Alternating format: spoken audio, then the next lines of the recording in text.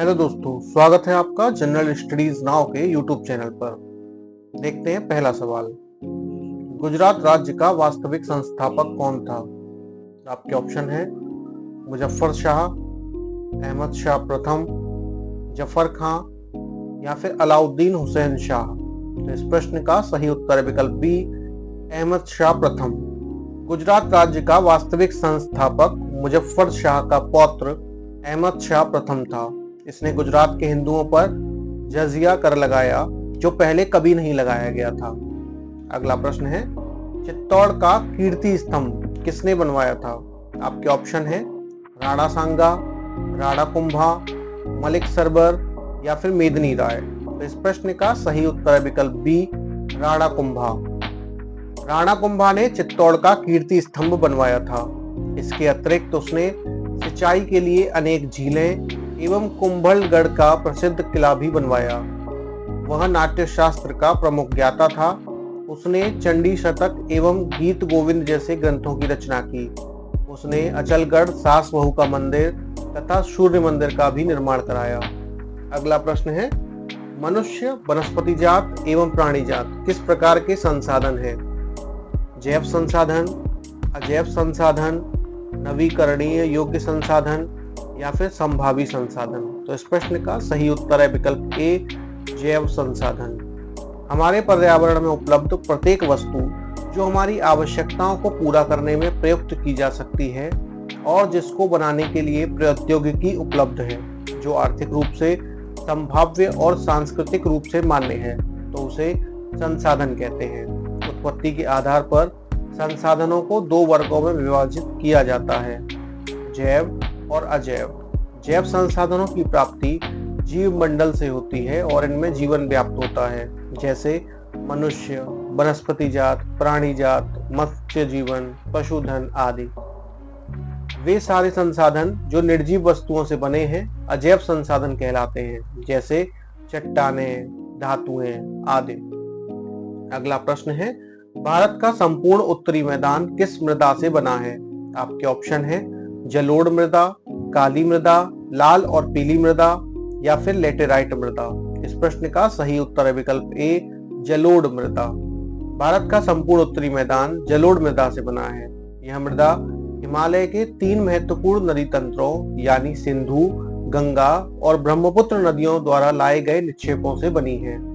पूर्वी तटीय मैदान विशेषकर महानदी, गोदावरी, कृष्णा और कावेरी नदियों के डेल्टा भी जलोढ़ मृदा से बने हैं।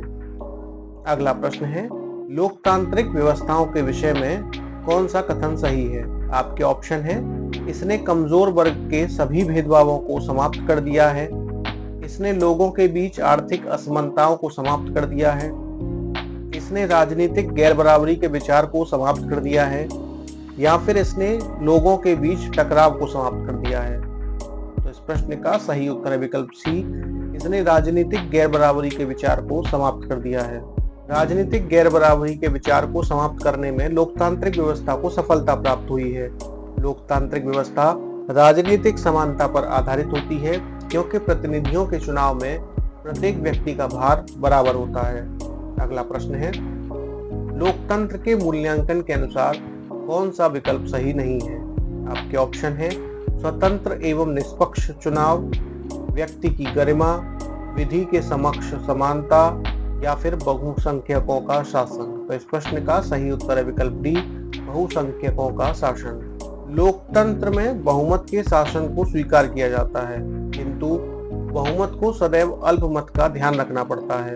अतः लोकतंत्र का अर्थ केवल बहुसंख्यकों के शासन से नहीं होता, बल्कि लोकतंत्र तभी लोकतंत्र रहता है जब तक प्रत्येक नागरिक को किसी न किसी अवसर पर बहुमत का हिस्सा बनने का अवसर मिलता है।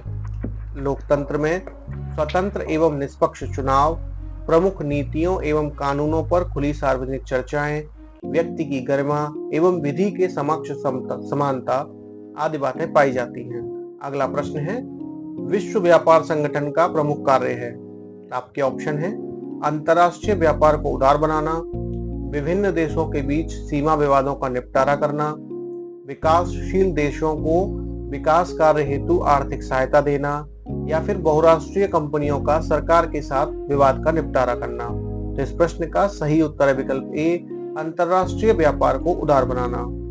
विश्व व्यापार संगठन यानी WTO एक ऐसा संगठन है जिसका उद्देश्य अंतरराष्ट्रीय व्यापार को उदार बनाना है। विकसित देशों की पहल पर शुरू किया गया विश्व व्यापार संगठन अंतरराष्ट्रीय व्यापार से संबंधित नियमों को निर्धारित करता है और यह देखता है कि इन नियमों का पालन हो। अगला प्रश्न है, किसी देश की आर्थिक समृद्धि का सबसे उपयुक्त मापदंड क्या है? आपके ऑप्शन है सकल घरेलू उत्पाद, सकल राष्ट्रीय उत्पाद, प्रति व्यक्ति आय या फिर बेरोजगारी की दर। तो इस प्रश्न का सही उत्तर विकल्प सी, प्रति व्यक्ति आय। किसी देश की समृद्धि को मापने का सबसे उपयुक्त मापदंड उसकी प्रति व्यक्ति आय होती है। जिन देशों की प्रति व्यक्ति आय अधिक होती है उन्हें कम प्रति व्यक्ति आय वाले देशों की तुलना में विकसित समझा जाता है। आज के एपिसोड में इतना ही। धन्यवाद।